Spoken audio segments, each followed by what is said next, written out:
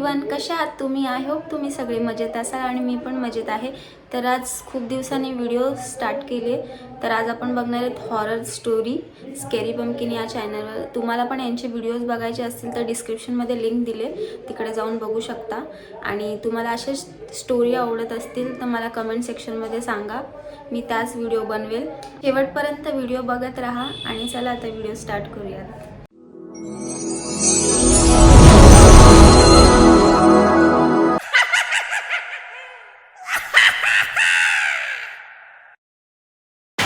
Hello जी, कहिए क्या बात कर रहे हो? ठीक है, मैं टीम भेजता हूं। हवलदार, मुझे लगता है 2 दिन से जिस बस को हम यहां ढूंढ रहे थे वो 100 किलोमीटर दूर नहर में मिली है। जल्दी गाड़ी निकालो, हमें अभी चलना होगा। आपके कहने का मतलब है वो 375 वाली बस? लेकिन सर, वो तो यही 21 किलोमीटर के अंदर चलने वाली बस है। 100 किलोमीटर दूर कैसे पहुंच गई? नहर में जो बस मिली है वो कोई और होगी। वही तो पता लगाना है ना। इंस्पेक्टर अपने साथ टीम लेकर नहर के पास पहुंच गया था। क्रेन की मदद से जब उस बस को नहर से बाहर निकाला गया तो देखा वाकई वही बस थी जिसे पिछले 2 दिन से पुलिस ढूंढ रही थी। इस बस के बारे में कंप्लेन आई थी ना? कौन था वो जिसने कंप्लेन कराई थी? सर, 2 दिन पहले रात के 3 बजे एक बूढ़ी औरत और एक 22-23 साल का लड़का आए थे। अजीब अजीब सी बातें कर रहे थे। उनकी बातों का कोई सर पैर नहीं था, इसलिए हमने उन्हें भगा दिया था।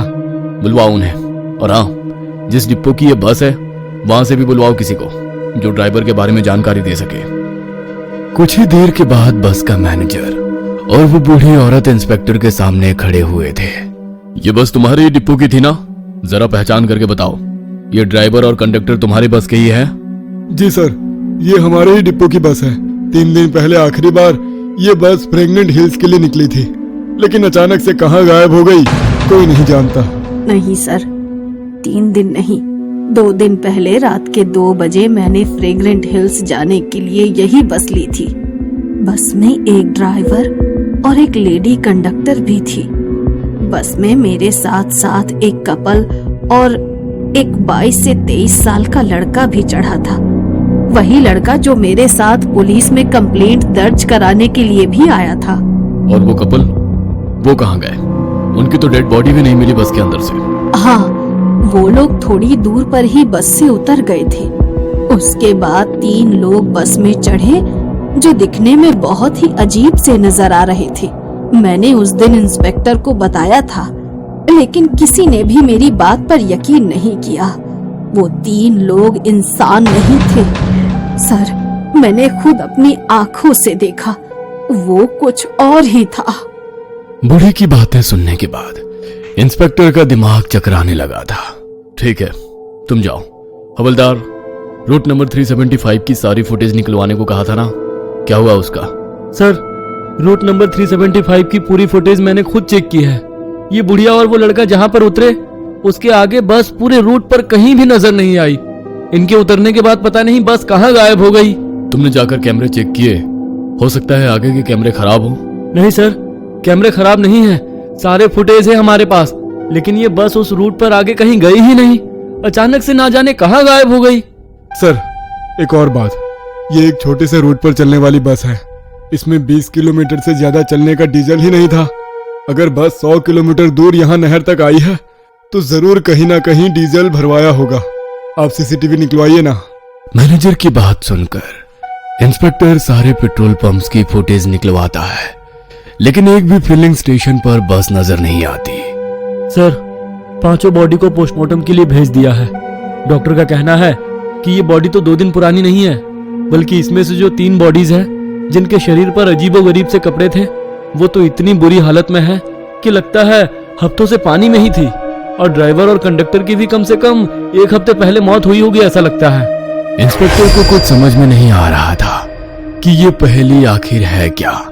ऐसा कैसे हो सकता था? ड्राइवर और कंडक्टर को 2 दिन पहले उस बूढ़ी औरत ने अपनी आंखों से देखा था। इसका मतलब उनकी मौत तो इन 2 दिनों के बीच में ही हुई है। पहेलियों को सुलझाने के लिए इंस्पेक्टर जाकर बस का फ्यूल टैंक खोलकर देखता है, और जो सामने उसे नजर आता है उसे देखकर उसे मानो करंट सा लग जाता है। बस का फ्यूल टैंक लबालब खून से भरा हुआ था। साल 1995। रात के तकरीबन 2 बज रहे थे।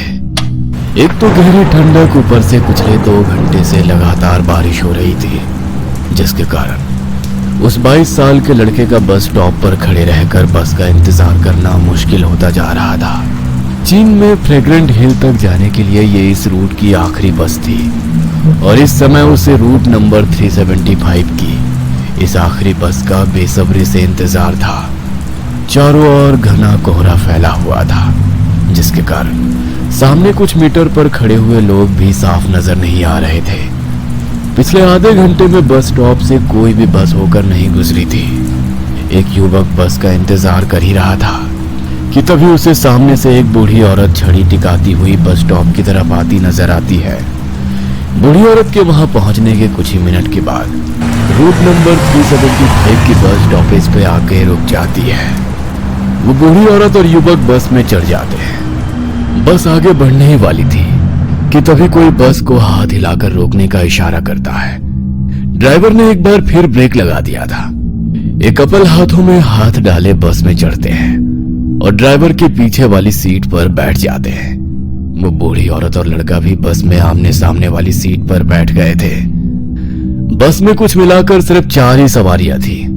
ड्राइवर ने एक बार फिर इधर उधर देखा। जब उसे कोई सवारी दिखाई नहीं दी तो उसने बस को आगे बढ़ा दिया। ड्राइवर के बस को आगे बढ़ाने के बाद बस में सवार लेडी कंडक्टर एक एक करके टिकट काटने लगती है। बस में बैठा कपल एक दूसरे के कंधे पर सर रखकर नींद की झपकी ले रहा था। वहीं बूढ़ी के सामने बैठा युवक कानों में वॉकमैन लगाकर आंख बंद करके गाने सुन रहा था, लेकिन बूढ़ी औरत पूरी तरह से सतर्क थी। वो बार बार मुड़कर बस में सवार सवारियों और ड्राइवर को देख रही थी। उसकी आंखों में नींद नजर नहीं आ रही थी। अचानक ही बस का ड्राइवर बस की स्पीड बहुत धीमी कर देता है। क्या हुआ?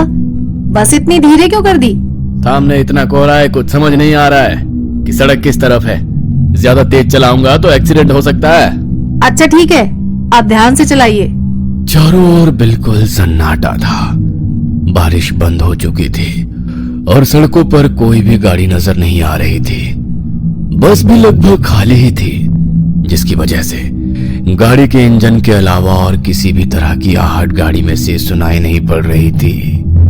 खराब मौसम और कम विजिबिलिटी होने के कारण ड्राइवर के साथ साथ बस में सवार बूढ़ी औरत के माथे पर भी चिंता की लकीरें उभर रही थी, क्योंकि बाकी सवारियां आंखें बंद किए थी। उन्हें बाहर के मौसम का कोई अंदाजा ही नहीं था। अचानक से बस की छत पर किसी के होने का एहसास होने लगता है और धम धम की आवाज सुनाई पड़ने लगती है। ये कैसी आवाज है? चलती हुई बस में बस की छत पर कौन हो सकता है? मैं बस रोक कर देखता हूँ। ड्राइवर बस रोक कर उतरता है। तभी अचानक से बरों और घूम कर देखने लगता है। अचानक ही ड्राइवर के ऊपर एक बिल्ली कूद पड़ती है, जिसके कारण उसके मुंह से एक जोरदार चीख निकल जाती है। ड्राइवर दौड़ते हुए वापस से बस में चढ़ जाता है। क्या हुआ? क्या था बाहर? एक बिल्ली थी, वही बस के ऊपर घूम रही थी शायद। आगे बढ़ते हैं, आसपास जंगल है, यहाँ रुकना ठीक नहीं है। क्या कहा? एक बिल्ली थी? बिल्ली के बस की छत पर चलने से इतनी तेज आवाज नहीं हो सकती। बूढ़ी को अपने आसपास कुछ असामान्य सा घटित होता हुआ महसूस हो रहा था। वो महसूस कर पा रही थी कि उसके साथ कुछ तो अजीब हो रहा है। अचानक ड्राइवर बस की स्पीड बढ़ा देता है।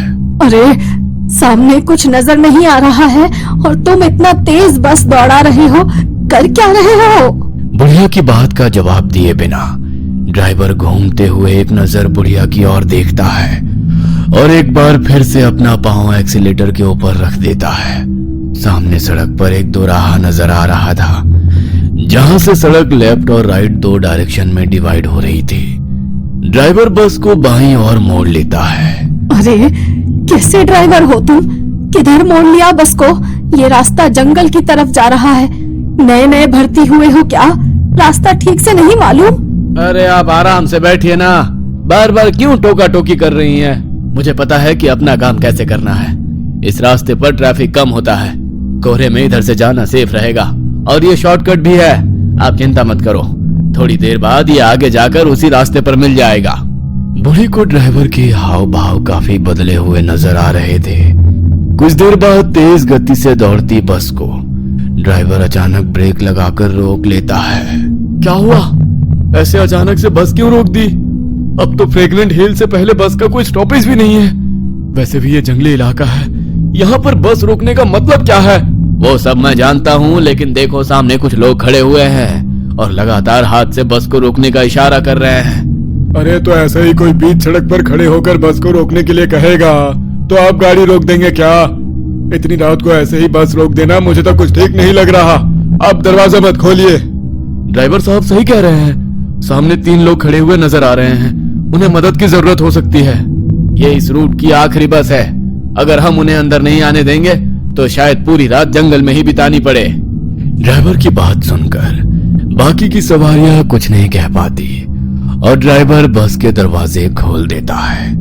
बस का दरवाजा खोलने के बाद 3 लोग बेहद धीमी रफ्तार से चलते हुए बस में चढ़ जाते हैं। ये 3 लोग जब बस के अंदर आते हैं तो बस के अंदर बैठी सवारियां उन्हें देखकर बुरी तरह चौंक जाती है।